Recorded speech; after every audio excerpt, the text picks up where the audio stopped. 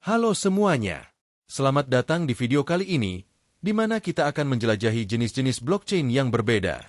Blockchain bukan hanya tentang Bitcoin atau Ethereum, tetapi ada berbagai tipe blockchain dengan karakteristik yang berbeda. Dalam video ini, kita akan mempelajari 4 jenis utama blockchain: public, private, konsortium, dan hybrid blockchain. Mari kita mulai. Kita mulai dengan public blockchain. Seperti namanya, blockchain jenis ini terbuka untuk semua orang. Siapa saja dapat berpartisipasi sebagai pengguna, penambang, atau pengembang. Blockchain publik adalah bentuk asli dari teknologi ini dan biasanya dikaitkan dengan cryptocurrency seperti Bitcoin dan Ethereum. Characteristic. Terdesentralisasi. Tidak ada satu entitas pun yang mengontrol jaringan. Semua peserta memiliki hak yang sama untuk mengakses jaringan. Transparan. Semua transaksi dapat dilihat oleh siapa saja di jaringan. Buku besar publik memungkinkan transparansi penuh. Keamanan. Menggunakan mekanisme konsensus seperti Proof of Work, POW, atau Proof of Stake, POS, untuk memastikan transaksi yang valid. Konto.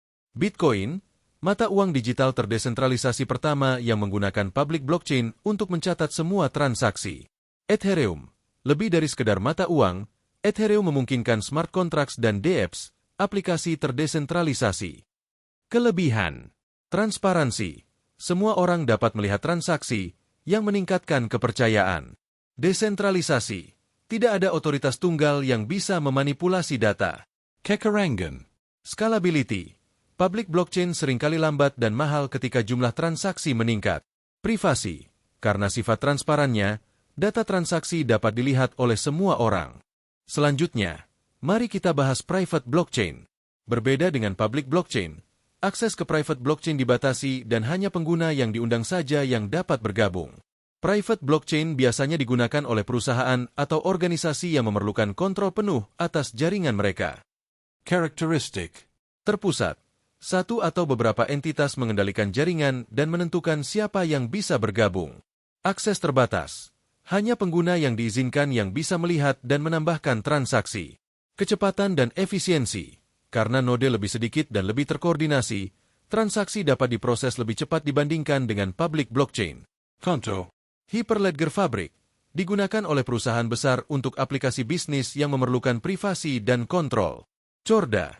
Dikembangkan untuk aplikasi di sektor keuangan, terutama untuk transaksi antar bank. Kelebihan.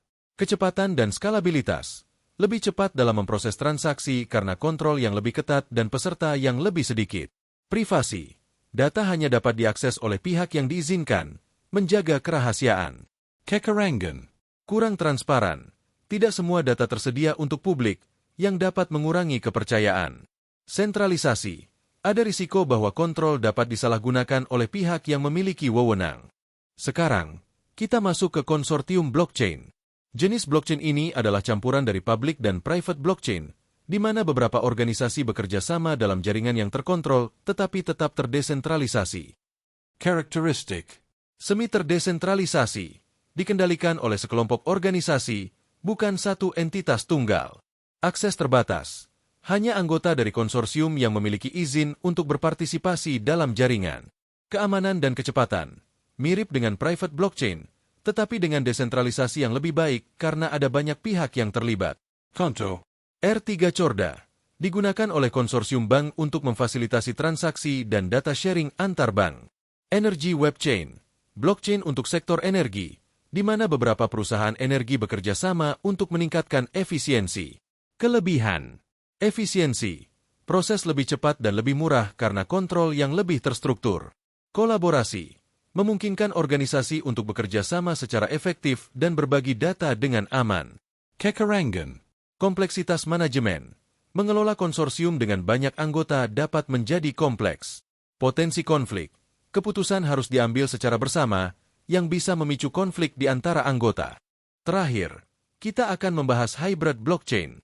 Seperti namanya, hybrid blockchain menggabungkan elemen-elemen dari public dan private blockchain untuk memanfaatkan kelebihan dari kedua jenis tersebut. Ini memungkinkan beberapa data dan transaksi menjadi publik sementara yang lainnya tetap privat. Characteristic. Fleksibilitas. Dapat disesuaikan untuk memenuhi kebutuhan spesifik, baik itu untuk privasi atau transparansi. Akses terbatas dan terbuka. Beberapa bagian dari blockchain terbuka untuk umum sementara bagian lainnya terbatas pada pengguna tertentu. Keseimbangan menawarkan keseimbangan antara keamanan, transparansi, dan efisiensi. Conto.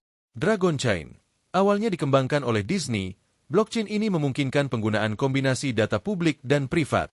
Sinfin, platform blockchain hybrid yang digunakan untuk solusi bisnis. Kelebihan, kontrol lebih baik.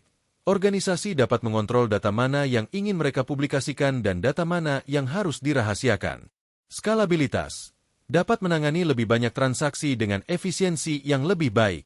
Kekarangan. Kompleksitas, implementasi dan pengelolaan hybrid blockchain lebih rumit dibandingkan dengan tipe blockchain lainnya. Potensi ketidakcocokan, menggabungkan elemen-elemen dari blockchain publik dan privat dapat menimbulkan masalah integrasi. Itulah penjelasan tentang jenis-jenis blockchain.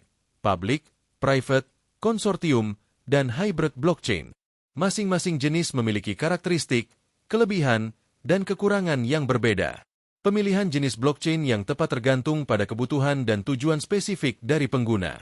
Dengan memahami perbedaan ini, kita dapat memilih solusi blockchain yang paling sesuai untuk berbagai aplikasi dan industri.